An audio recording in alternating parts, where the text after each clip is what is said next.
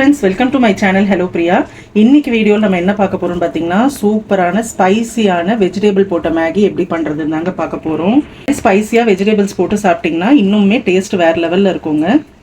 குழந்தைங்களுக்கும் இது ரொம்ப பிடிக்குங்க. ஸோ கண்டிப்பாக ட்ரை பண்ணுங்கள்.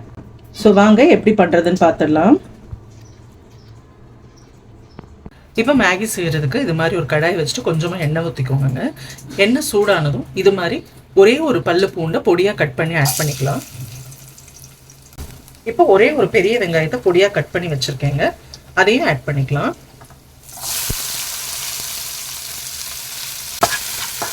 இப்போ வெங்காயத்தை நல்லா வதக்கிக்கலாங்க.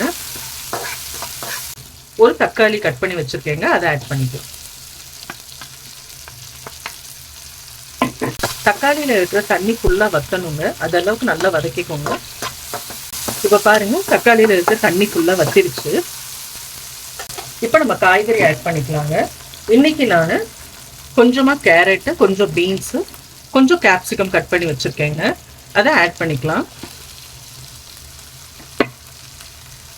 இந்த மாதிரி ஒரு கப்பு ஃப்ராசன் பட்டாணி நான் இன்னைக்கு ஆட் பண்ணுறேங்க. நீங்கள் பச்சை பட்டாணி ஊற வச்சது ஆட் பண்ணுறதா இருந்தால் ஒரு தடவை வேக வச்சுட்டு அதுக்கப்புறம் ஆட் பண்ணிக்கோங்க. காய்கறிகளை கொஞ்ச நேரம் நல்லா வதக்கி விட்டுருங்க. இப்போ ஸ்டவ் மீடியம் ஃப்ளேமில் வச்சுட்டு நம்ம மசாலா ஐட்டம் எல்லாம் ஆட் பண்ணிக்கலாங்க. ஒரு 1/4 ஸ்பூன் சில்லி பவுடர், தனியாத்தூள் ஒரு 1/4 ஸ்பூன், மஞ்சத்தூள் கொஞ்சமாக ஆட் பண்ணிக்கோங்க. இப்போ இது எல்லாத்தையும் நல்லா வதக்கிட்டு மீடியம் ஃப்ளேமில் வச்சு ஒரு மூடி போட்டு குக் பண்ணிக்கலாங்க. இப்போ இதில் கொஞ்சமாக சால்ட் ஆட் பண்ணிக்கலாங்க.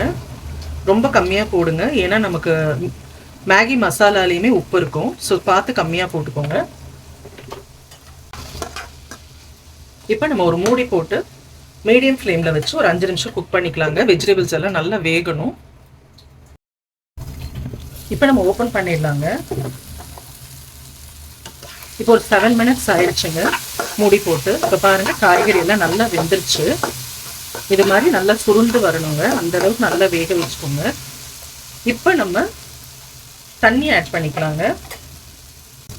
2 பேக்கெட் மேகிக்கு 1.5 கப்பு தண்ணி வீதம் ஆட் பண்ணிக்கணுங்க. இன்னைக்கு நான் 4 பேக்கெட் போட போகிறேன்.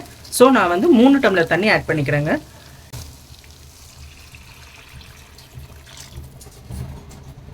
மேகி மசாலா எல்லாத்தையும் ஆட் பண்ணிடலாங்க.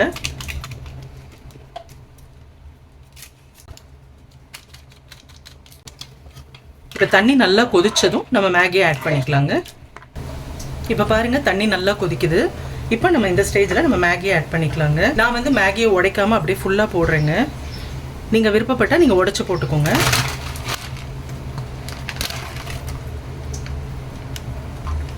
ஸோ மேகியை போட்டுட்டு இது மாதிரி லைட்டாக கிளறி விட்டுருங்க. அதுவே நல்லா வெந்து மேலே வரும்.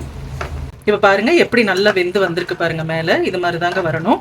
இப்போ ஒரு சிலருக்கு பார்த்தீங்கன்னா கொஞ்சம் சூப்பியாக இருந்தால் பிடிக்குங்க. அந்த மாதிரி வேணும்னு நினைக்கிறவங்க இந்த கன்சிஸ்டன்சிலேயே ஆஃப் பண்ணிக்கலாங்க. இல்லை எனக்கு கொஞ்சம் ட்ரையாக வேணும்னு நினைக்கிறவங்க கூட ஒரு 2 மினிட்ஸ் அப்படியே வச்சுருந்தீங்கன்னா நல்லா ட்ரை ஆகிடுங்க. ஸோ பார்க்குறதுக்கே கலர் எவ்வளோ நல்லா இருக்குது பாருங்கள். நம்ம நார்மலாக மேகி விரும்பி சாப்பிடுவோங்க எல்லாருமே. அதே டேஸ்ட்டில் நம்ம எப்பயுமே சாப்பிட்றதுக்கு இந்த மாதிரி கொஞ்சம் டிஃப்ரெண்ட்டாக கொஞ்சம் ஸ்பைஸியாக செஞ்சு சாப்பிட்டோன்னா ரொம்ப பிடிக்குங்க. குழந்தைங்களுக்கு நீங்கள் கொடுக்கும்போது கொஞ்சம் காரம் கம்மி பண்ணிக்கோங்க. ஸோ சூப்பரான ஸ்பைசி வெஜ் மேகி ரெடிங்க.